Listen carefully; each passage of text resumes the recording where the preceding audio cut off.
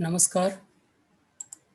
श्रुतदीप research foundation Pune द्वारा आज के व्याख्यान में उपस्थित समस्त पार्टिसिपेंट्स को मेरा सादर प्रणाम। संस्थान द्वारा अनेकांतवाद पर चल रहे इस श्रृंखला में आज तीसरा व्याख्यान होने जा रहा है। प्रथम व्याख्यान 30 जनवरी को प्रोफेसर नरेंद्र भंडारी जी द्वारा और दूसरा व्याख्यान 27 फरवरी को प्रोफेसर धर्मचंद जी जैन द्वारा संपन्न हुआ था। इसी क्रम में आज प्रोफेसर जितेंद्र बी शाह जी द्वारा जैन दर्शन में अनेकांतवाद इस विषय पर सुनेंगे व्याख्यान। तो प्रारंभ करते हैं। सबसे पहले तो आप सभी का आज के स्वाध्याय में, आज के व्याख्यान में मैं बहुत बहुत स्वागत करता हूं। और संक्षेप में आज के हमारे वक्ता और संस्थान के परिचय हेतु श्री ओम जी ओसवाल साहिब जी को आमंत्रित करता हूं कि वो आएं और परिचय देते हुए आज के वक्ता जी को आमंत्रित करें। प्रणाम सर। सम्माननीय मित्रों, प्रणाम। शुद्ध भवन संशोधन केंद्र पुणे के तत्वावधान में आयोजित इस कार्यक्रम में आपका आत्मीय स्वागत है। मित्रों, सर्वविदित है कि आज समूचे विश्व के मानस पर दो बड़ी समस्याएं छाई हुई है। पहली, विचारों में संघर्ष और व्यवहार में हिंसा। जैन दर्शन ने इन दोनों समस्याओं के छेदन के लिए अनेकांतवाद का सिद्धांत प्रस्तुत किया। इस विषय पर पूर्व में हम दो सम्माननीय वक्ताओं के विचारों से अवगत हुए हैं। आज उसी श्रृंखला में हमारे संग उपस्थित हैं सुपरिचित व्याख्याता डॉक्टर श्री जितेंद्र बी शाह।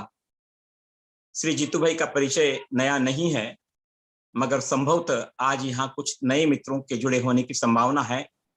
उनके लिए सूक्ष्मतम परिचय यही है कि आप जैन धर्म की मूलगामी विचारधारा के गहरे अभ्यासक हैं। प्रचुर मात्रा में इस संदर्भ में उन्होंने अपनी कलम चलाई है और अनेक सम्माननीय व्यासपीठों से आपके व्याख्यान भी प्रस्तुत हुए हैं। आज का व्याख्यान भी उसी श्रृंखला की कड़ी है। मैं आप सबकी ओर से उन्हें आग्रहपूर्वक निवेदन करता हूं कि कृपया आज के विषय पर अपने विचार प्रकट करने के लिए पधारें। प्रस्तुत हैं डॉक्टर श्री जितेंद्र भाई बी शाह। नमस्कार ओम जी। आज इस अनेकांतवाद व्याख्यान माला के तीसरे व्याख्यान में मुझे अनेकांतवाद पर बोलने के लिए आमंत्रित किया। इसलिए मैं श्रुत भवन और श्रुतदीप फाउंडेशन के न्यासियों का आभार व्यक्त करता हूं।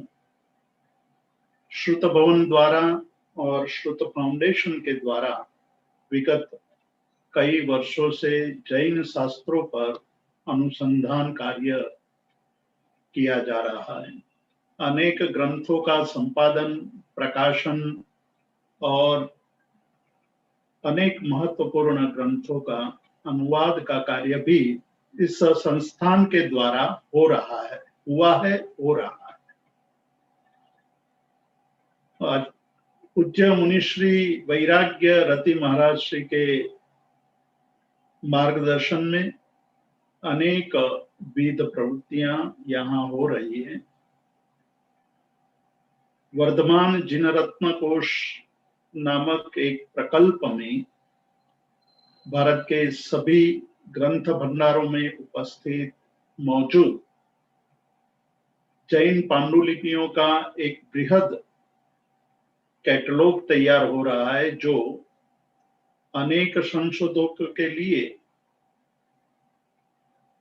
अत्यंत महत्वपूर्ण साबित हो रहा है और साथ ही साथ प्राचीन अप्रकाशित पांडुलिपियों के संशोधन का कार्य और प्रकाशन का कार्य हो रहा है।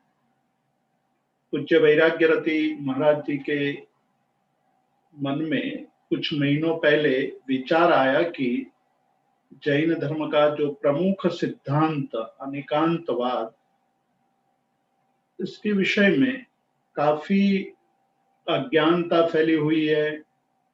बहुत कम जानकारी है, या जानकारी है तो भी वो सही जानकारी नहीं होने के कारण मन के अंदर अनेक प्रश्न उपस्थित होते हैं, उन सभी का समाधान हो इसलिए प्रस्तुत व्याख्यान माला का आयोजन किया गया। जैसा बताया गया, पहला व्याख्यान अनेकांतवाद और वैज्ञानिक दृष्टि उनका समन्वय करते हुए एक बहुत ही सुंदर व्याख्यान प्रोफेसर नरेंद्र भंडारी द्वारा हुआ। दूसरा व्याख्यान जैन धर्म के, जैन दर्शन के ज्ञाता, विशिष्ट ज्ञाता प्रोफेसर धर्मचंद जी ने जैन धर्म और अनेकांतवाद पर बहुत ही गहन चिंतन प्रस्तुत किया था। आज उसी श्रृंखला में मैं अनेकांतवाद के विषय में जैन शास्त्रों में, जैन आगमों में किस प्रकार से इस सिद्धांत का प्रारूपण किया गया है और किस प्रकार से इस सिद्धांत को हमें समझना चाहिए, इस विषय में कुछ बातें करूंगा। सबसे पहले मैं यहाँ कलिकाल सर्वज्ञ हेमचंद्राचार्य जी ने एक बहुत ही सुंदर श्लोक वितराग स्तोत्र में बनाया है। कहा है कि गुडो ही कफ हेतु स्यान नागरम पित्त कारणम द्वयात्मनि न दोषोस्ति गुड़ नागर भेषजे। इसका अर्थ है कि गुड़, गौल जिसको गुजराती में गौल कहते हैं, गुड़ है वो कफ का कारण होता है। मतलब शरीर में केवल गुड़ खाने से कफ की वृद्धि होती है और सौंठ वो हमारे पित्त का कारण होता है।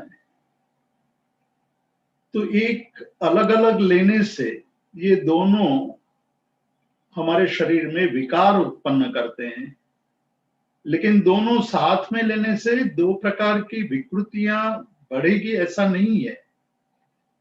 दोनों साथ में लेने से, यानी गुड़ और सौंठ दोनों एक साथ लिया जाए तो हमारे कफ और पित्त दोनों का नाश करने वाला। इसीलिए जैन जब बहुत लंबी तपश्चर्या करते हैं, उपवास करते हैं, तो उसके पारणे में गुड़ और सौंठ की गोलियां लेते हैं, जिससे पित्त और कफ दोनों का समाधान हो जाता है। कहने का मतलब ये है कि एक एक अलग अलग लेने से विकार उत्पन्न होता है, किंतु दोनों साथ में लेने से दोनों के विकारों का शमन हो जाता है। तो एक बहुत बड़ी बात यहाँ कही कि किसी एक एकांत को पकड़ करके चलते हैं तो हमारे अंदर एक प्रकार के मानसिक विकारों की उत्पत्ति होती है, किंतु दोनों अंतों को, यानी कि नित्य और अनित्य, उन दोनों को साथ में लिया जाए। नित्य को हम जब साथ में लेकर के चर्चा करते हैं तो हमारे मनोविकारों का शमन हो जाता है। तो अनेकांतवाद का अर्थ यही है कि अनेक धर्मों का एक साथ समन्वय करके वस्तु तत्व के स्वरूप का चिंतन करना। पदार्थ केवल नित्य है यानी कि शाश्वत है, या पदार्थ केवल मात्र नश्वर है यानी अशाश्वत है, क्षणिक है, इस विषय में प्राचीन काल में बहुत बड़ी चर्चाएं होती थी। उस समय में दार्शनिक चर्चा का विषय यही रहा करता था कि पदार्थ शाश्वत है या नश्वर है।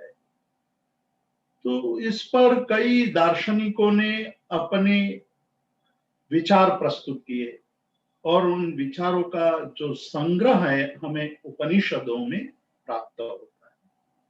खास करके उपनिषद काल में जीव के शाश्वत अशाश्वत के बारे में चर्चा हुई है।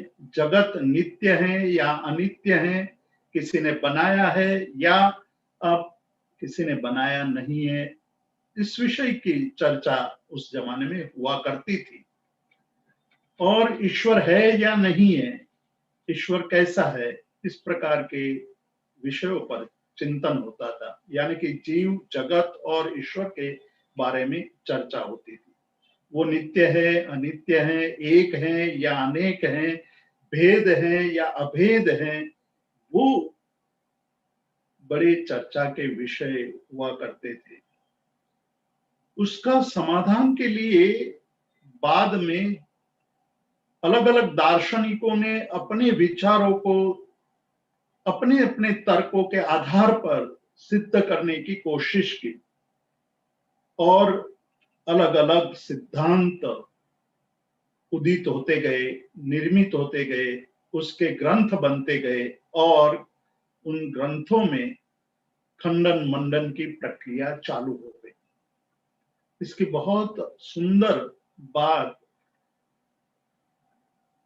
सिद्धसेन दिवाकर सूरि ने द्वात्रिंशिका की चौथी द्वात्रिंशिका में बहुत अच्छी तरह प्रस्तुत करते हुए कहा कि उदधौ पीव सर्व सिंधव समुदीर्णास्त्वयि नाथ दृष्टय न च तासु भवान प्रदृश्यते प्रविभक्तासु सरित्सु इव उदधीहि।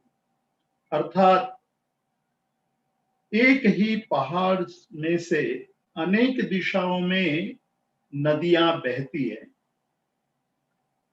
उस प्रकार एक ही प्रश्न से अनेक मतों का उदय, नदियां बहने लगी और ज्यों-ज्यों वह देश और काल में आगे बढ़ती गई, त्यों-त्यों विस्तार भी बढ़ता गया। किंतु वे नदियां जैसे एक ही समुद्र में जा मिलती है, उसी प्रकार सभी मतवादों का समन्वय महासमुद्र रूप स्याद्वाद या अनेकांतवाद में हो गया है। सिद्धसेन दिवाकर सूरि ने ये कहा कि एक पहाड़ से निकली हुई नदी या पानी का प्रवाह अलग अलग देश और अलग अलग प्रदेशों में समय बीतते बीतते अनेक रूपों में प्रवाहित हो जाता है और अंत में जाकर वो समुद्र में गिरते हैं। उसी प्रकार एक ही विचार से अनेक प्रकार के विचार उत्पन्न हुए, एक ही प्रश्न से अनेक प्रकार के विचार उत्पन्न हुए। इसलिए वेद में कहा कि एकम सत विप्रा बहुधा वदंती। सत के बारे में जब प्रश्न चला कि सत क्या है, सत यानी कि अंतिम सत्य क्या है, अंतिम तत्व क्या है, और उस तत्व का स्वरूप पाने के लिए विद्वानों ने काफी चिंतन किया। तो उसी को वेद में इस शब्द से कहा गया, इस वाक्य के द्वारा कहा गया कि एकम सत विप्रा बहुधा वदंती। एक ही सत को विप्रों ने यानी विद्वानों ने अलग अलग ढंग से कहा है। तो ये अलग अलग ढंग का अर्थ ही है अलग अलग मतवादों का स्वरूप। और उस मतवादों में मुख्य रूप से एकांतवादी धाराएं थी जो वस्तु के स्वरूप को एक अंत में मान कि एक ही स्वरूप में मानते थे और आज बाद में जाकर वे समुद्र में गिरते थे। तो वो जो समुद्र था वो महासमुद्र जहां सारी विचारधाराओं का मिलन हो जाता था।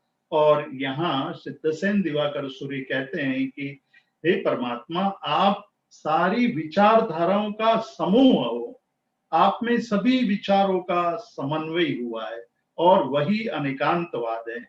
यही भगवान महावीर की देन है। दार्शनिक क्षेत्र में सबसे बड़ा प्रदान किसी का हो, महावीर स्वामी का हो, तो वो अनेकांतवाद है। अनेकांतवाद के स्वरूप को समझने से जैन धर्म की जो मूल बातें हैं वो अच्छी तरह समझ में आ जाती है। तो महावीर की जो सबसे बड़ी देन, सबसे बड़ा प्रदान दार्शनिक क्षेत्र में है, वो तत्व के स्वरूप के विषय में जो नए नए प्रश्न उठते रहते थे, उनका जो स्पष्टीकरण भगवान महावीर ने तत्कालीन अन्य दार्शनिकों के विचारों के प्रकाश में किया है, वही दार्शनिक क्षेत्र में उनकी देन, उनका प्रदान समझना चाहिए। जैसा कि मैंने पहले कहा कि जीव के स्वरूप के बारे में और परमाणु के स्वरूप के बारे में बहुत बड़ा चिंतन उस समय चलता था। उस चिंतनों के आधार पर दार्शनिक वाद उत्पन्न होते गए, खंडन मंडन की प्रक्रिया होती गई। तब भगवान महावीर ने अनेकांतवाद का उपदेश दिया। लघियस्त्रयी नाम के ग्रंथ में भगवान महावीर को अनेकांतवाद के उपदेशक के रूप में प्रस्तुत किया है। हमारे भगवती सूत्र में जो सबसे बड़ा आगम है, सबसे बड़ी उसमें तत्व चिंतन की बातें कही गई हैं, वहां एक बात कही गई है कि भगवान महावीर को केवल ज्ञान होने से पहले एक रात्रि में 10 महास्वप्न आए थे। उस 10 महास्वप्न के अंदर जो चौथा स्वप्न था वो एक पक्षी का स्वप्न था। उसके बारे में भगवती सूत्र में कहा है कि एकम चणम महम चित्त विचित्त पक्षगम पुंसको कीलगम सुविणे पासिता अणम परिबुद्धे। मतलब एक बड़ी चित्र विचित्र पांख वाले पुंस कोकिल को स्वप्न में देखकर वे प्रतिबुद्ध हुए, मतलब वो जग गए। यहाँ बहुत ही सुंदर बात कही है कि भगवान महावीर ने केवल ज्ञान की प्राप्ति के पूर्व जो 10 स्वप्न देखे थे उसमें एक स्वप्न था चित्र विचित्र पांख वाला एक पक्षी देखा। ये चित्र विचित्र शब्द बहुत ही महत्वपूर्ण है कि चित्र विचित्र का अर्थ क्या है। चित्र विचित्र यानी कि स्व और पर समय, जो स्व समय यानी अपने दर्शन और पर समय यानी अन्य दर्शनों की बातों में जो अनेक प्रकार के विचार दर्शाए गए हैं, उन विचारों का समन्वय करने वाला एक विचित्र पांख वाला पक्षी उन्होंने देखा था। वो उनके अनेकांतवाद के स्थापना की बात को द्योतित करता है कि उस स्वप्न का फल यह है कि भगवान महावीर चित्र विचित्र ऐसे स्व पर सिद्धांत को बताने वाले द्वादशांग का उपदेश देंगे। तो द्वादशांगी की जब हम चर्चा करते हैं, भगवान महावीर के जो मूल उपदेश को गणधर भगवंतों ने सूत्रबद्ध किया, उसी को द्वादशांगी कहा जाता है। यानी जो 12 अंग आगमों का निर्माण किया वो भगवान महावीर की देशना का सूत्रात्मक उसकी स्थिति है। तो उसमें जो 12वां दृष्टिवाद अंग आगम है उसमें ये कहा जाता है कि विश्व के सभी विचारों का, सभी दृष्टियों का उसमें संग्रह किया गया था। तो यहाँ चित्र विचित्र शब्द कि अनेक प्रकार के भिन्न भिन्न मतवादों का उपदेश देने वाला जो अनेकांतवाद है उसका इन स्वप्न के द्वारा कथन किया गया कि स्वप्न का अर्थ यही है कि भगवान महावीर अनेक विचित्र, अनेक प्रकार के भिन्न भिन्न मतवादों का उपदेश देंगे। तो अनेकांतवाद अनेक रंगी है, उनका उपदेश है, भगवान महावीर का उपदेश है, वो अनेक प्रकार के विचारों का समन्वय है। और वो किस प्रकार से, उसकी चर्चा हम आज करेंगे यहाँ कि उस समय, उस जमाने में बुद्ध क्या करते थे, किस प्रकार से उपदेश देते थे। उस समय अनेकांतवाद का कोई अन्य दर्शनों में विचार किया गया था या नहीं। तो एक बात हमें सूत्रकृतांग सूत्र में मिलती है, वहां पूछा गया है कि भिक्षु कैसी भाषा का प्रयोग करे। यानी जो संयमी है, जिन्होंने दीक्षा ली है, वो संयमी जीव किस प्रकार के भाषा का प्रयोग करें, यानी करनी चाहिए। तो वहां जवाब दिया गया है कि विभज्यवाद का प्रयोग करना चाहिए। साधु जब बोलते हैं तो उसको विभज्यवाद का प्रयोग करना चाहिए। और ऐसी ही बात बुद्ध ने कही है जो मध्यम निकाय नाम के पाली त्रिपिटक ग्रंथ में हमें प्राप्त होती है। वहां शुभ मानवक नाम का एक जिज्ञासु बुद्ध को प्रश्न पूछते हैं कि भगवान आप किस तरह से उपदेश देते हैं, तो कहते हैं कि मैं विभज्यवादी हूं। देखिए, जैन दर्शन में सूत्रकृतांग सूत्र में साधु के वाणी की किस प्रकार की स्थिति होनी चाहिए, किस प्रकार से बोलना चाहिए, उसके लिए विभज्यवाद का शब्द का प्रयोग हुआ है। और वही शब्द का प्रयोग मध्यम निकाय में बुद्ध अपने लिए करते हैं। भगवान बुद्ध कहते हैं कि हे मानव, मैं यहाँ विभज्यवादी हूँ और एकांशवादी नहीं हूँ। मतलब मैं किसी एक अंश को लेकर के आगे चलता नहीं हूं, मैं किसी एक पक्ष को लेकर ही बात नहीं करता हूं, मैं अलग अलग संभावनाओं पर बात करता हूं, अलग अलग धर्मों पर बात करता हूं। तो एकांश क्या है और विभज्यवाद क्या है, वो प्राथमिक रूप से हमें समझना चाहिए, जिससे अनेकांतवाद के स्वरूप को समझने में हमें बहुत ही मदद मिलती है। तो प्रश्न ये था कि कोई आदमी, मतलब गृहस्थ, वो आराधक है या नहीं है, ये प्रश्न पूछा गया था बुद्ध को। माणवक ने प्रश्न पूछा था, शुभ माणवक नाम के जिज्ञासु ने प्रश्न पूछा था कि कोई गृहस्थ है वो आराधक होता है या जो संयमी है वो आराधक होता है। तो उसका जवाब बुद्ध जो बहुत ही एक अलग ढंग से देते हैं, वो कहते हैं कि गृहस्थ यदि मिथ्यात्वी है तो वो निर्वाण मार्ग का आराधक नहीं है। देखिए, यहाँ बुद्ध ने जवाब देने में बहुत एक अलग पद्धति का आश्रय लिया है। वो कहते हैं कि गृहस्थ आराधक है, पर वो यदि सम्यक दर्शी है, तो यदि वो मिथ्यात्वी है तो वो आराधक नहीं है। तो ये विभाजन किया। विभज्यवाद का मतलब है विभाजन करके प्रश्न का जवाब देना, किसी एक अंश को पकड़ करके जवाब नहीं देना। वो मानव तो ये भी कह सकते थे कि गृहस्थ आराधक नहीं हो सकता है और संयमी ही आराधक हो सकता है, ऐसा जवाब दे सकते थे। लेकिन वो जवाब नहीं दे करके बुद्ध ने ये कहा कि वो आराधक हो सकता है यदि वो सम्यकदर्शी है तो, और यदि जो सम्यक प्रतिपन्न हो तो आराधक है, लेकिन सम्यक प्रतिपन्न नहीं है तो वो आराधक नहीं है। और उसी प्रकार उन्होंने फिर आगे जाकर के कहा, यदि संयमी सम्यक प्रतिपन्न है तो आराधक है, यदि वो संयमी मिथ्यात्वी है तो वो आराधक नहीं है।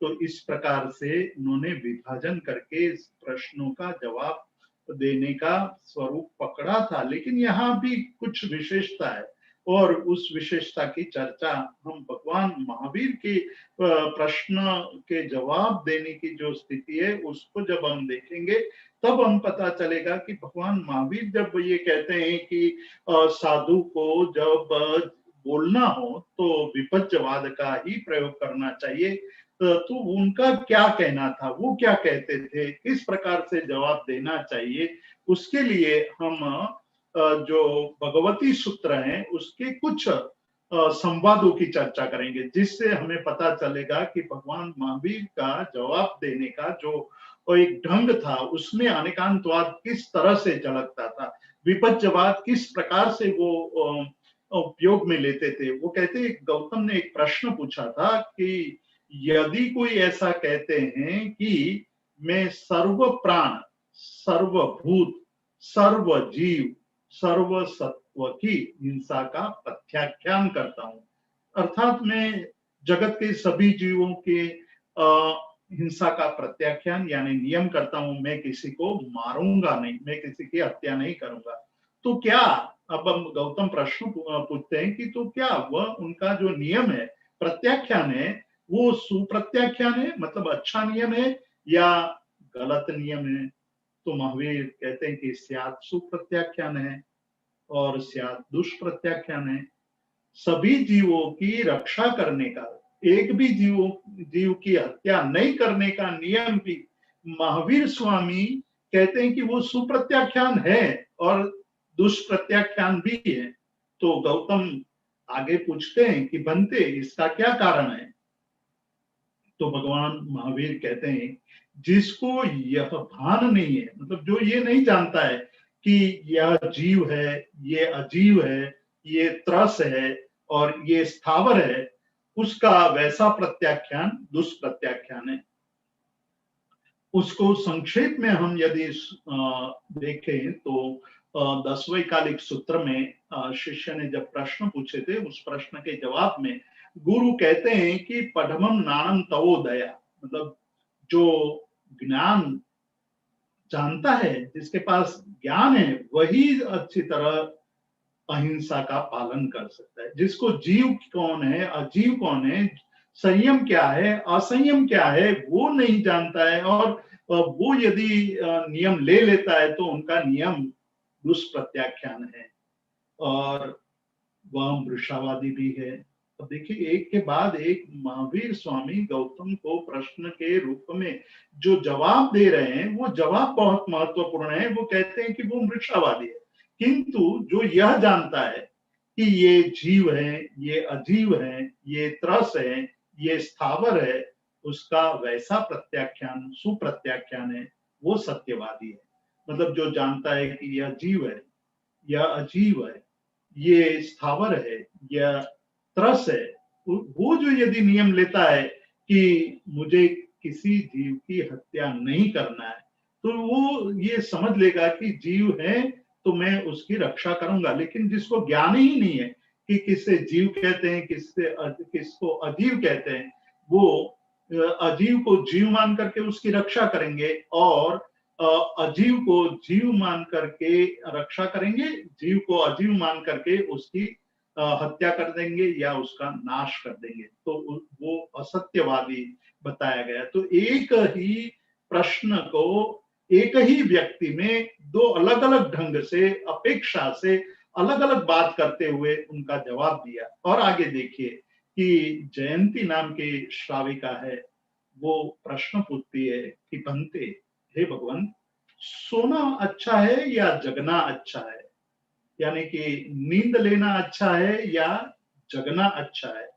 तो महावीर स्वामी जवाब देते हैं कि जयंती, कितने जीवों का सोना अच्छा है और कितने जीवों का जगना अच्छा है।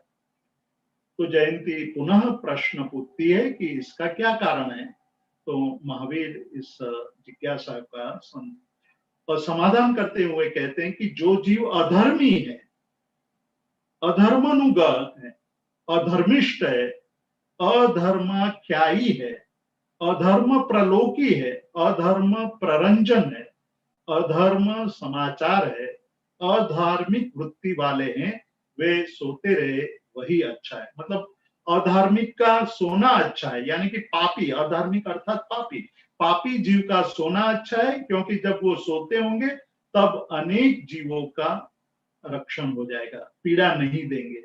और इस प्रकार स्व और पर और उभय दोनों अधार्मिक क्रिया में अधार्मिक व्यक्ति है, वो अधार्मिक क्रिया नहीं करेंगे, अतः उसका सोना अच्छा है।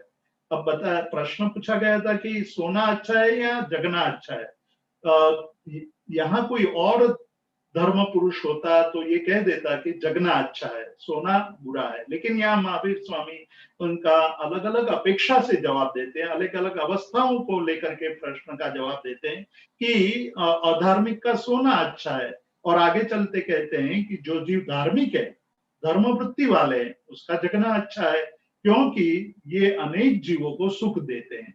मतलब जब जागृत होंगे तो अनेक जीवों की रक्षा करेंगे।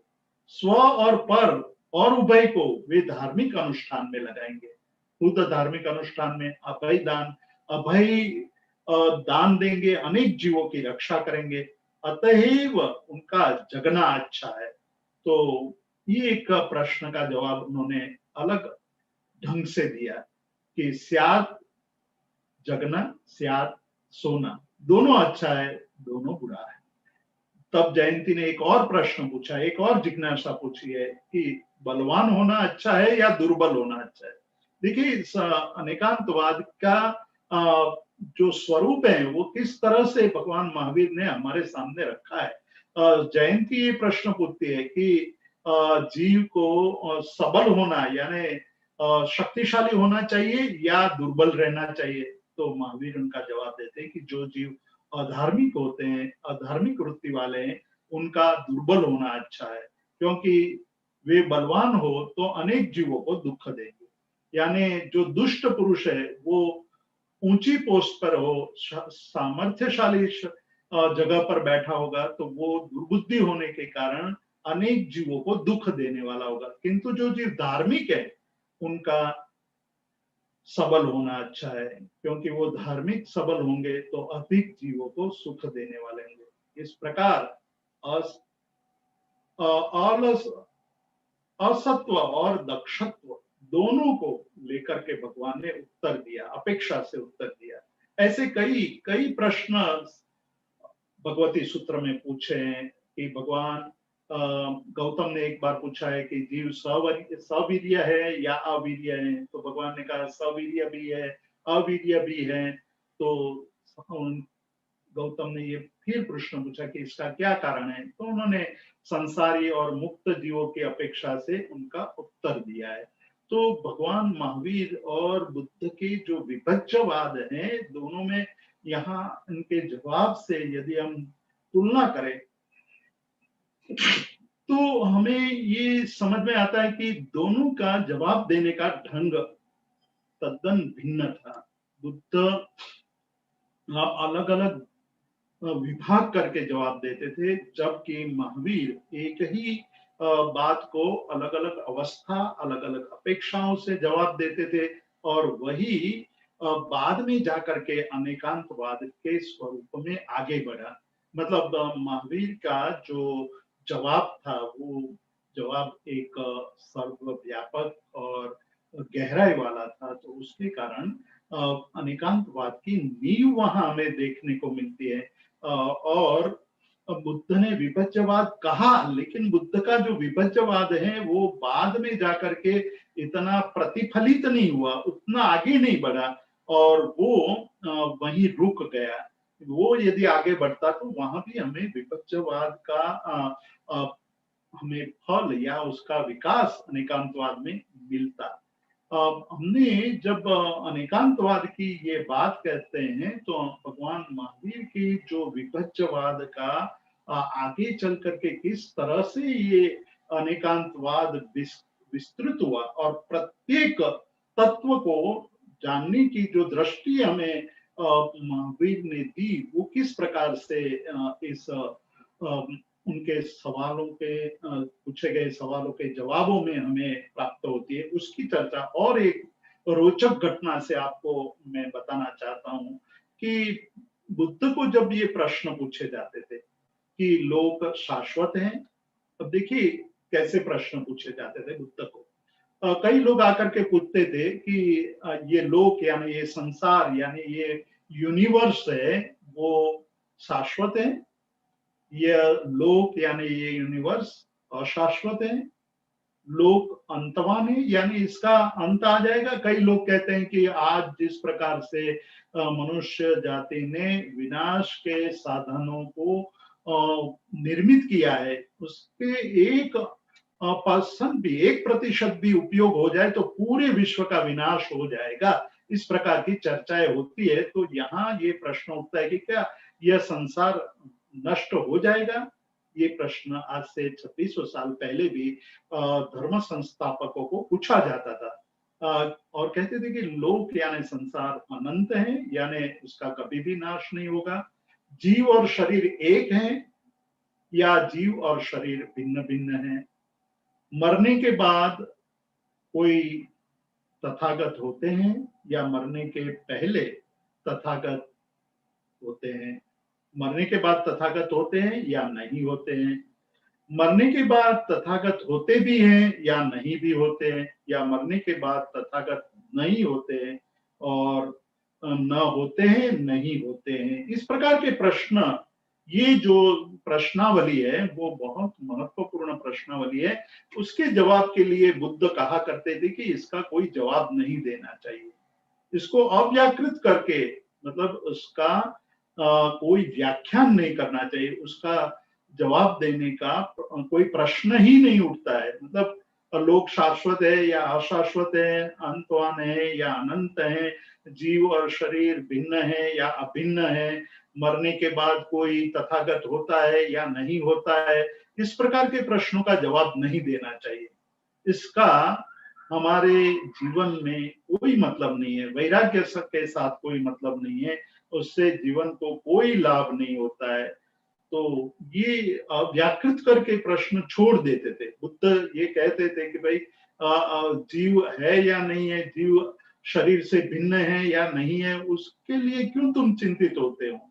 तुम पहले ये चिंता करो कि दुख है तो दुख का कारण क्या है, और दुख मुक्ति है तो दुख मुक्ति का मार्ग कौन सा है, बस इतना ही चिंतन करो। इतने चिंतन से ही तुम्हारा कल्याण हो जाएगा। ये सब प्रश्नों के जवाब पाने के लिए आप प्रयत्न करोगे तो जीवन भर आप कुछ नहीं पाओगे। इस प्रकार के जवाब देकर के उसको अव्याकृत यानी उसकी चर्चा नहीं करनी चाहिए, ऐसा कह करके छोड़ देते थे। जबकि महावीर स्वामी उसका अलग प्रकार से जवाब देते थे। आपने सुना होगा कि भगवान महावीर के पास जब गौतम आते हैं तो गौतम ये प्रश्न पूछते हैं। तो एक प्रश्न है उनके मन में, संशय है, उस संशय का समाधान करते हैं महावीर। दूसरे गणधर आते हैं तो दूसरा प्रश्न पूछते हैं, उसमें यही प्रश्न पूछे गए हैं और इनका बहुत सविस्तर जवाब दिया है, जिसको गणधरवाद कहा जाता है। गणधरवाद बहुत बड़ा सूक्ष्म चिंतन है, महावीर के सिद्धांतों का उसमें बहुत बड़ा सूक्ष्म चिंतन हमें पाया जाता है। उन्होंने कहा कि भाई ये सारे प्रश्नों का जवाब आपको खोजना चाहिए, वो अव्याकृत नहीं है, व्याकृत है, उसके जवाब को आपको खोजना चाहिए और जवाब खोज करके आगे बढ़ना चाहिए। तो लोक की नित्यता और अनित्यता का सबसे पहला प्रश्न था। तो महावीर ने कहा कि भाई लोक नित्य भी है, अनित्य भी है, लोक शांत भी है, लोक अनंत भी है। यानी संसार का ये जो नित्य और अनित्यता वाला प्रश्न है वो अपेक्षा से विचार करना चाहिए। तो जब अपेक्षा से विचार करेंगे तो ये आएगा कि द्रव्यार्थिक नय की अपेक्षा से नित्य है, पर्यायार्थिक अपेक्षा नय की अपेक्षा से अनित्य है। क्योंकि यह जगत है, वो यह संसार है, वो निरंतर बदलता रहता है। जो कल था वो आज नहीं है, जो आज है वो कल नहीं रहेगा। तो अपेक्षा से हमें उसको सोचना चाहिए कि क्या है संसार का स्वरूप। तो इसमें एक बहुत बड़ी बात छिपी हुई है कि सत्य को पाने के लिए प्रश्न के गहराई में जाना पड़ेगा। सत्य को पाने के लिए उसको अनेक ढंग से हमें सोचना होगा और वही अनेकांतवाद है। अलग अलग अपेक्षाओं से सोचने की बात वहां करते हैं कि द्रव्य से पदार्थ का स्वरूप क्या है, यानी वो बाद में जाकर के निक्षेप के रूप में भी विकसित हुए। द्रव्यार्थिक नय की अपेक्षा से मतलब नय की बात भी उसमें आई जुड़ी कि अलग अलग दृष्टिकोण से देखा जाए, अलग अलग तरह से सोचा जाए तो अनेक वस्तु का स्वरूप आपको भिन्न भिन्न दिखाई देगा। जो बात उनको मतलब महावीर स्वामी को स्वप्न में, केवल ज्ञान उत्पन्न होने के पहले जो स्वप्न में देखा गया था कि एक चित्र विचित्र पंख वाले पक्षी को देखा और वह यह द्योतित करता था, यह दर्शाता था कि महावीर अनेक वस्तु के स्वरूप को अनेक रूप से उपदेश देंगे, द्वादशांगी में देंगे। तो यहाँ उन्होंने कहा कि द्रव्य से लोक का स्वरूप अलग प्रकार का है, क्षेत्र से लोक का स्वरूप अलग प्रकार का है, काल से लोक का स्वरूप अलग प्रकार का है और भाव से लोक का स्वरूप अलग प्रकार से। तो द्रव्य की अपेक्षा से हमें सोचना चाहिए। बहुत लंबी ये चर्चा है भगवती सूत्र में और उसको मैं यहाँ छोड़ता हूँ, विस्तार से नहीं लेता हूँ। जहां बुद्ध ने लोक की शांतता, अनंतता, नित्यता, अनित्यता को अव्याकृत कह दिया था, वहीं महावीर ने उसको विस्तार से हमारे सामने रखा। उन्होंने कहा कि आप द्रव्य से सोचो, निक्षेप अलग अलग निक्षेप से, अलग अलग दृष्टि से उसको भिन्न भिन्न नयों की दृष्टि से आप सोचो, द्रव्यार्थिक नय की अपेक्षा से देखो, पर्यायार्थिक नय की अपेक्षा से देखो, फिर आगे चल करके वो नयों का विस्तार होता गया। उसमें ये कहा उन्होंने कि भाई आप नैगम नय से देखोगे तो लोक का स्वरूप भिन्न दिखाई देगा, जो संग्रह नय की अपेक्षा से देखोगे तो लोक का स्वरूप भिन्न दिखाई देगा। फिर आप व्यवहार नय की दृष्टि से देखोगे तो अलग रूप से दिखाई देगा। फिर उन्होंने एक और नया दृष्टिकोण दिया जो वस्तु के स्वरूप को समझने के लिए बहुत ही महत्वपूर्ण था, वो पंचास्तिकाय का स्वरूप दिया। पंचास्तिकाय के रूप में हमें बताया कि 5 अस्तिकाय है, धर्मास्तिकाय, अधर्मास्तिकाय, आकाशास्तिकाय, जीवास्तिकाय, उद्गलास्तिकाय। तो उसके आधार पर आप जब जगत के स्वरूप को देखोगे तो आपको जगत क्या है, वो रूपी है या अरूपी है, शरीर और आत्मा भिन्न है, अभिन्न है, वो सब आपको विस्तार से समझ में आने लगेगा। तो महावीर ने जो ये सबसे बड़ी जो बात कही वो अलग अलग अपेक्षा से वस्तु के स्वरूप को समझने की बात कही। उन्होंने जब ये प्रश्न आचार्य सूत्र की शुरुआत में ही ये प्रश्न पूछा था कि भाई यह जीव कैसा है, वो दुखी क्यों होता है, उसको क्यों पीड़ा होती है, तो वहां ये जवाब उन्होंने दिया कि यह एक ऐसी नो सन्ना भवई अहम कथिमाओ दिशाओ आगवोसी पुरथिमाओ दिशाओ आगवोसी या पश्चिमिताओ दिशाओ आगवो। इस प्रकार से अलग अलग जगह का उन्होंने स्वरूप पूछा कि कहाँ से आया वो पता नहीं है। तब वहां जाकर के अंत में ये कहा कि इसके लिए उनको जानना चाहिए कि भाई वो लोक के स्वरूप को, कर्म के स्वरूप को, क्रिया के स्वरूप को, जगत के स्वरूप को जानेगा तो उनको पता चलेगा कि आ, आ, क्या स्वरूप है। और आगे जाकर के उसी को आत्मा के विषय में उन्होंने जो शब्दावली का प्रयोग किया है, परमात्मा के शब्दों को जिस तरह से गणधरों ने हमारे सामने रखा है, उससे अनेकांतवाद के स्वरूप को स्पष्ट करने वाले वो शब्दावली है कि सब्बे सरा नियतंति तक्का जत्थ न विज्जति मई तत्थ न गहिया। मतलब ये जो है आत्मा का स्वरूप है, वहां स्वर शब्द वहां पहुंच नहीं पाते हैं, तर्क वहां नहीं पहुंच पाता है, मति वहां नहीं पहुंच पाती है। ओए अपठान खेयन्ने, खेयन्ने शब्द का प्रयोग हुआ, क्षेत्रज्ञ मतलब अपने स्वरूप को जानने वाला। वो से न दीहे न हसे न वट्टे न तंसे न चौरंसे न परिमंडले न किणे न नीले न इत्ति न पुरी न अन्नहा पुरीसन्ने सन्ने उवमा न विच्चे अरुवी सत्ता अपयस पयम नाथी। यहाँ आत्मा के स्वरूप के बारे में दर्शाते हुए बहुत अलग ढंग से ये कहा कि भाई ये शरीर है वो तो एक अलग प्रकार का है, मतलब आत्मा है वो अलग प्रकार का है, वो न ह्रस्व है न दीर्घ है न वर्तुल वाला है न सीधी रेखा स्वरूप नहीं है, वो मतलब चौरस नहीं है, वो परिमंडल नहीं है, न काला है न नीला है न पुरुष है न स्त्री है न अन्य है, वो वहां कोई उपमा भी नहीं है। और वह अरूपी सत्ता है और अरूपी सत्ता को दर्शाने वाला कोई पद नहीं है।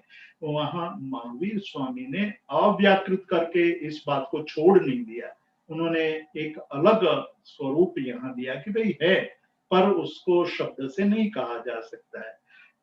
उसके अस्तित्व का भी कथन किया और शब्द की मर्यादा का भी कथन किया। तो अनेकांतवाद इस तरह से वहां अलग ढंग से प्रस्तुत हुआ है। तो उस अनेकांतवाद की बात में आगम के अनेक प्रश्नोत्तर में, आगम के अनेक अलग अलग जो हमें पैसेजेस मिलते हैं उसमें हमें मिलता है। और जीव की नित्यता अनित्यता की बात भी वहां कही, जो जीव के स्वरूप के बारे में बुद्ध कहते हैं कि वो क्या है वो हमें पता नहीं है, वो स्पष्ट कहते हैं, वो कहते हैं बुद्ध ये कहते हैं कि मेरी आत्मा है, मेरी आत्मा नहीं है। मैं आत्मा को आत्मा समझता हूँ, मैं अनात्मा को आत्मा समझता हूँ। यह जो मेरी आत्मा है वह पुण्य और पाप कर्म के विपाक की भोक्त्री है। यह मेरी आत्मा नित्य है, ध्रुव है, शाश्वत है, विपरिणाम वाली है, जैसी है वैसी है, सदैव रहेगी। ये सब मानने वाले को उन्होंने कहा कि वो जन्म मरण से मुक्त नहीं होते और इसका हमें कोई चिंतन नहीं करना चाहिए। देखिए, एक तरफ बुद्ध ऐसे प्रश्नों का जवाब टालते थे, महावीर वही प्रश्नों का जवाब देते थे। वो कहते थे कि भाई आत्मा है तो उनके स्वरूप को जानना चाहिए, भले ही वो समझने में कठिन है, फिर भी कोशिश करना चाहिए और कोशिश करने से हमें वस्तु के स्वरूप का बोध होगा और वस्तु के स्वरूप का बोध होगा तो वो हेय, उपादेय, ज्ञेय आदि सभी तत्वों को जानने में हमें लाभ करता होगा। तो ये जो बात कही वो बात हमें बहुत ही महत्वपूर्ण, आगमों में जो स्यात् शब्द करके कहा और आगमों में जिस प्रकार से विभज्यवाद, एक ही प्रश्न के अलग अलग अवस्थाओं में अलग अलग अपेक्षाओं से उसके जवाब देने की पद्धति महावीर स्वामी ने जो अपनाई थी वही बाद में जाकर के अनेकांतवाद के स्वरूप में विकसित हुई। पर अनेकांतवाद की इस स्वरूप का जो हमें संक्षिप्त में विचार करना हो तो इस प्रकार से हम कह सकते हैं कि वो अनेकांतवाद का मतलब है कि एक ही पदार्थ में अनंत धर्म एक साथ रहते हैं, विरोधी धर्म भी एक साथ रहते हैं। मतलब एक ही पदार्थ शीतल भी है और उष्ण भी है, काला भी है और श्वेत भी है, मीठा भी है और कड़वा भी है। तो ये विरोधी धर्मों को एक साथ रखने वाली जो बात है वो कई दार्शनिकों को अच्छी नहीं लगती थी। वो कहते कि तो फिर निर्णय कैसे होगा, उसका निर्णय करना बहुत कठिन हो जाएगा। और दर्शन का मुख्य लक्ष्य तो होता है कि वस्तु के स्वरूप तक पहुंचना और स्वरूप तक पहुंच करके उसका हमें हेय उपादेय में निर्णय करना। लेकिन जब आप कहते हैं कि वस्तु उष्ण भी है, वस्तु शीत भी है, ऐसे ऐसे जवाब देंगे तो वो जो चिंतन करने वाला है वो चिंतन करते वक्त एक संशय में पड़ जाएगा। इसलिए कई दार्शनिकों ने अनेकांतवाद को संशयवाद कहा, अनेकांतवाद को अनिर्णितवाद कहा, अनेकांतवाद को उन्होंने कहा कि ये ठीक नहीं है। किंतु जिन्होंने अनेकांतवाद का बहुत ही सूक्ष्म ढंग से अभ्यास किया है उनको ये पता चलेगा कि ये इतना सटीक सिद्धांत है। उस सटीक सिद्धांत को समझने के लिए अपेक्षा, तो इसीलिए स्यादवाद या अनेकांतवाद को सापेक्षवाद भी कहा है कि ये सापेक्षवाद है। अपेक्षा से वो दीर्घ भी है, अपेक्षा से वे ह्रस्व भी है, अपेक्षा से वो भारी भी है, अपेक्षा से वो हल्का है। तो उसको सिद्ध करने के लिए उन्होंने व्यवहारिक दृष्टांत भी दिए और व्यवहार के अंदर उन्होंने कहा कि यदि आप अनेकांतवाद का स्वीकार नहीं करते हैं तो व्यवहार में आप एक कदम भी नहीं चल सकते। ये देखिए बहुत बड़ा विधान है कि व्यवहार में अनेकांतवाद की आवश्यकता कितनी बड़ी है। सिद्धसेन दिवाकर सूरी, जिनकी हमने पहले शुरुआत में ही चर्चा की थी, वो तो यहाँ तक कहते हैं कि जेण बिना लोकस व्यवहारो सब्बहा न निबद्धई। जिस सिद्धांत के बिना हमारे जीवन का यानी इस संसार के किसी भी व्यक्ति का एक छोटा सा व्यवहार भी नहीं चल सकता है, ऐसे सिद्धांत का क्या मतलब कि बहुत ही महत्वपूर्ण सिद्धांत है कि प्रत्येक व्यवहार में प्रत्येक जो भी बात करते हैं उसमें अनेकांतवाद निहित है, अनेकांतवाद उसमें अंतर्निहित है। तो उन्होंने कहा कि जेन बिना लोकस्य व्यवहारो सपहा न निबहि तस्य अनेकांतवायस तस् अनेकांतवायस नमो नमो। तस् मैं उस अनेकांतवाद गुरु को बार बार नमस्कार करता हूँ। तो अनेकांतवाद रूपी गुरु को उन्होंने बार बार नमस्कार किया, लेकिन उनका कहना ये था कि व्यवहार नहीं चल सकता है। तो दृष्टांत के रूप में आचार्य हरिभद्र सूरी ने अलग अलग दृष्टांत दिया है। उन्होंने कहा कि भाई एक व्यक्ति पिता भी है, पुत्र भी है, मामा भी है, काका भी है, भाई भी है, एक साथ ये सारे धर्म एक पुरुष ने है। कोई ये कह करके वहां जिद पकड़ ले कि नहीं ये तो पिता ही है, उसमें भाई, उसमें मामा काका आदि संबंध घटित नहीं हो सकते, तो व्यवहार ही नहीं चलेगा। क्योंकि जब अपने पुत्र के साथ खड़ा होगा तो वो पिता है, और पिता के पास खड़ा है तो वही पुरुष पुत्र भी है, वो भाई के पास खड़ा होगा तो वो भाई है, और वो अपनी भतीजा के पास खड़ा होगा तो वो काका भी है या मामा भी है। तो इस प्रकार से एक ही पुरुष में अलग अलग अपेक्षा से अलग अलग संबंध सिद्ध होते हैं। उसी प्रकार एक ही पदार्थ में अनंत धर्म सिद्ध हो सकते हैं। जितना हम सूक्ष्म चिंतन करते हैं उतना ही हमें धर्मों का बोध होता है, और आगे चल करके ये कहते हैं कि अनंत धर्मात्मकम एव तत्व। तत्व क्या है? तत्व कहते हैं कि अनंत धर्मात्मक है।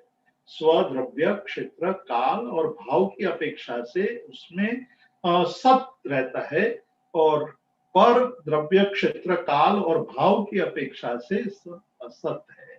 सत और असत दोनों एक साथ रहते हैं एक ही समय में। तो कहते हैं कि जैसे घड़ा है, घड़ा द्रव्य की अपेक्षा से माटी का घड़ा है, और कोई कहे कि वहां जो सोने का घड़ा है वो ले आओ, तो जो उनका पुत्र होगा वो कहेगा कि वहां तो नहीं है। घड़ा होते हुए भी वो कहेगा कि घड़ा नहीं है, क्योंकि वह मिट्टी का घड़ा है।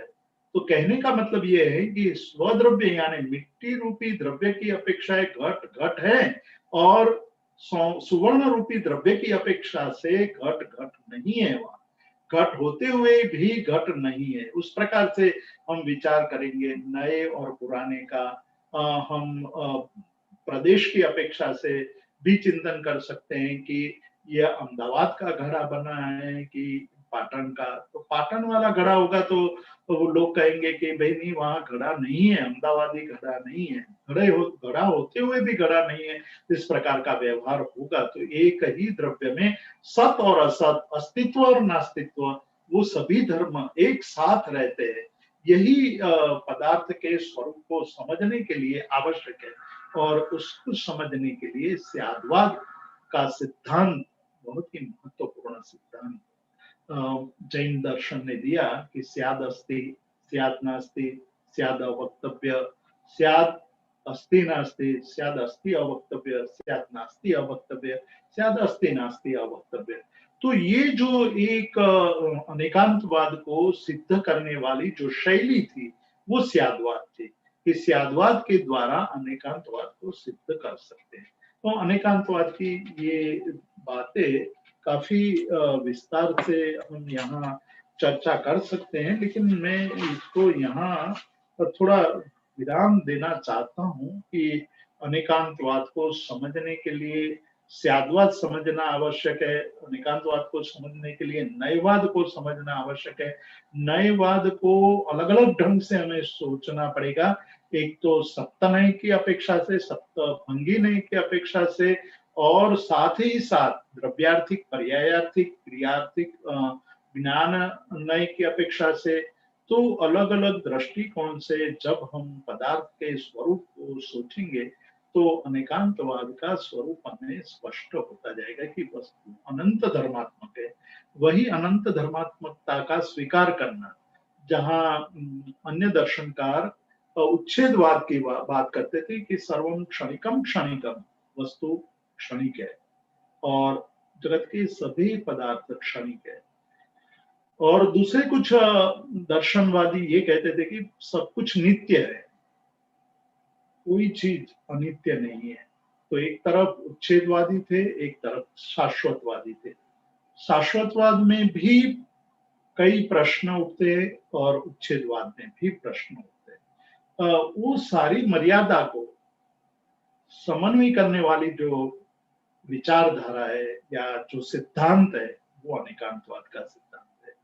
कहते हैं कि वस्तु अनंत धर्मात्मक है, अपेक्षा से वो शाश्वत भी है और अपेक्षा से वो नश्वर भी है, नाशवंत भी है।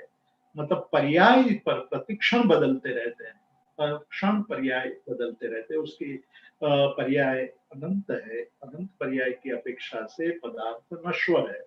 जो आज है वो कल नहीं है, जो कल है वो परसों नहीं रहेगा, लेकिन उसमें कुछ ऐसा अंश भी है वो शाश्वत है, वो नष्ट नहीं होता है, वो परिवर्तित नहीं होता है, अपरिवर्तित रहता है। तो इस दृष्टि से पदार्थ नित्य भी है। तो द्रव्यार्थिक नय की अपेक्षा से पदार्थ नित्य भी है और पर्यायिक दृष्टि से पदार्थ अनित्य है। नित्य और अनित्य दोनों, नित्यानित्यवाद अनेकांतवाद का स्वरूप है। इसीलिए आचार्य हेमचंद्र सूरी परमात्मा की स्तुति करते हुए ये कहते हैं कि भाई हम एकांतवाद को स्वीकार करेंगे तो बहुत सारे प्रश्न खड़े होंगे, या हम शाश्वत को स्वीकारेंगे या नश्वर को स्वीकारेंगे। तो शाश्वत या नश्वर किसी एक बात को लेकर के ही हम चलेंगे तो वहां सुख दुख पुण्य पाप बंध मोक्ष आदि किसी तत्व का हम उसको सिद्ध नहीं कर पाएंगे। तत्व सिद्धि तभी हो सकती है जब उसको नित्यानित्यात्मक मानेंगे। तो सुख दुख पुण्य पाप बंध मोक्ष वो नित्यानित्य में ही संभवित है। इसलिए कहते हैं कि नेकांतवादे सुख दुख भोगो न पुण्य पापे न च बंध मोक्ष।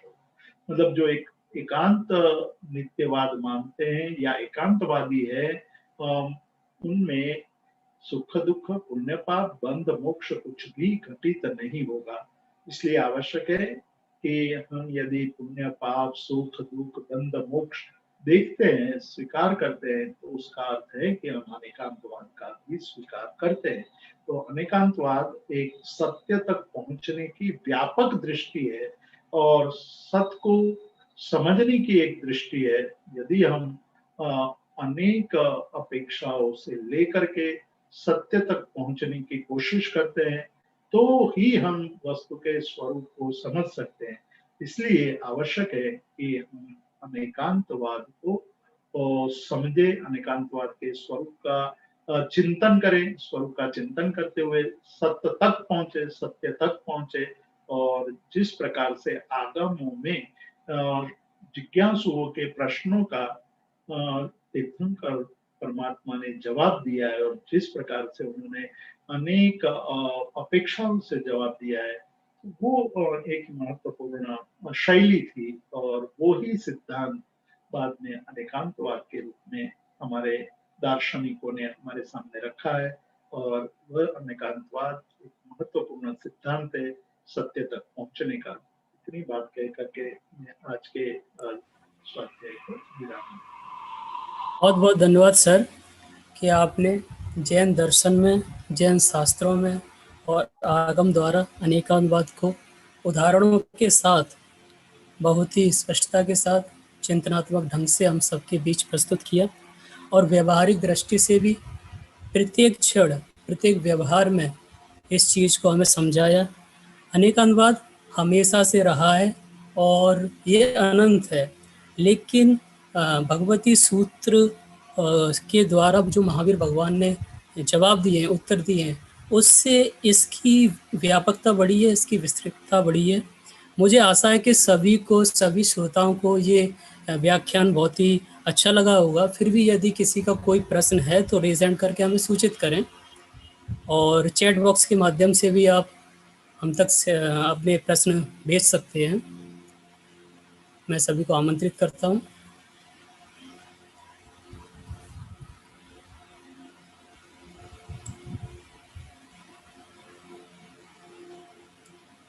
स्वाध्याय से संबंधित यदि किसी का कोई प्रश्न है तो रेज हैंड करें।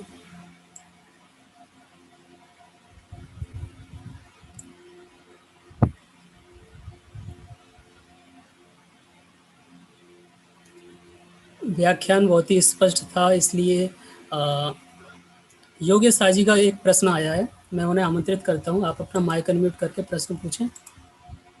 जय जिनेंद्र सर, बहुत अच्छा व्याख्यान रहा अनेकांतवाद पे।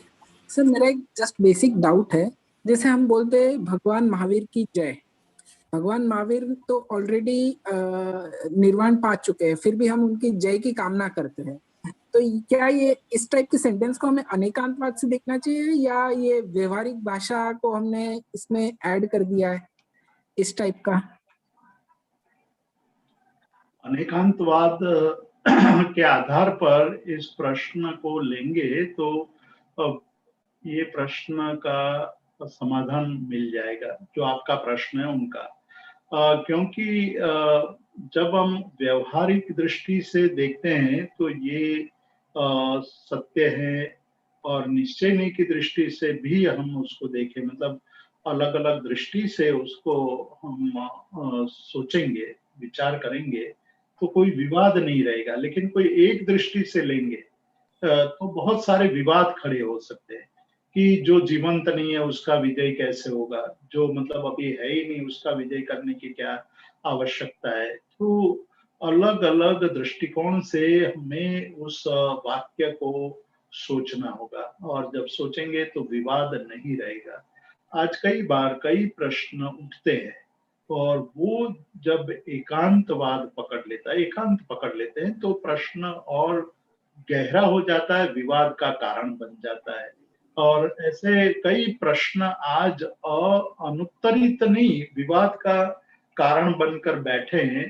पर यदि हम अनेकांतवाद को लेकर के चलेंगे, अनेकांतवाद का मतलब है नयवाद और स्याद्वाद, उसको लेकर के चलेंगे तो आप देखेंगे कि जो बात संग्रह नहीं कहता है उससे तद्दन विपरीत बात रुजु सूत्र नहीं कहता है। मतलब एक दृष्टि अलग है, दूसरी दृष्टि अलग है। तो जैसे हम कहते हैं कि भाई आधा ग्लास पानी का है, कोई कहता है कि आधा खाली है आधा भरा हुआ है। जो भरी हुई दृष्टि को देखता है वो कहता है कि आधा भरा हुआ है, तो उसकी दृष्टि हम समझ लेंगे तो विवाद नहीं होगा। दोनों के बीच में विवाद नहीं होगा, दोनों एक दूसरे की दृष्टि को समझ लेंगे। तो यहाँ जो बात कही है कि महावीर स्वामी की जय हो, तो व्यवहारिक दृष्टि से बात सत्य है। निश्चय नहीं की दृष्टि से जो विजयी हैं, जयवंत हैं, उसका जय बोलने की आवश्यकता नहीं है निश्चय नहीं की दृष्टि से। लेकिन व्यवहार की दृष्टि से ये आवश्यक इसलिए कि हमारे मन के अंदर व्यवहार के द्वारा निश्चय तक पहुंचना है कि हम उनके सिद्धांतों को अपने जीवन में सतत जागृत रखें, तो हमारी दृष्टि व्यापक बनेगी। तो इस प्रकार से प्रत्येक वाक्य को अनेकांत दृष्टि से, अनेकांतवाद की आधारशिला पर हम उसको नापने की कोशिश करेंगे तो सभी के सब जवाब हमें मिल जाए। जी सर, बहुत बहुत धन्यवाद, thank you.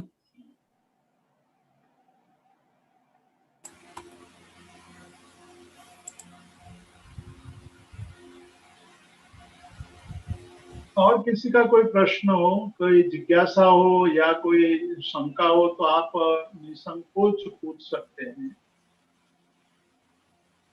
Sir chat box में कोई प्रश्न आया है हेमेंद्र साजी का, आप देख सकते हैं क्या?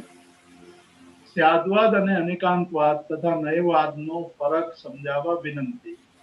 और अनेकांतवाद सिद्धांत है, उस अनेकांतवाद को सिद्ध करने के लिए जो शैली का, जो इस शब्दावली का हम उपयोग करते हैं उसको स्याद्वाद कहते हैं। और उसको हम कहने के लिए, मतलब जब हम अलग अलग दृष्टिकोण से उसका प्रयोग करते हैं तो वो नयवाद है। मतलब कि अनेकांतवाद सिद्धांत है, स्याद्वाद और नयवाद अनेकांतवाद को सिद्ध करने की शैली है। एक वाच्य है, एक वाचक है, वाच्य-वाचक भाव का अंतर है। और किसी का भी यदि कोई प्रश्न है तो रेज़ हैंड कर सकते हैं, अपना प्रश्न व्यक्त कर सकते हैं।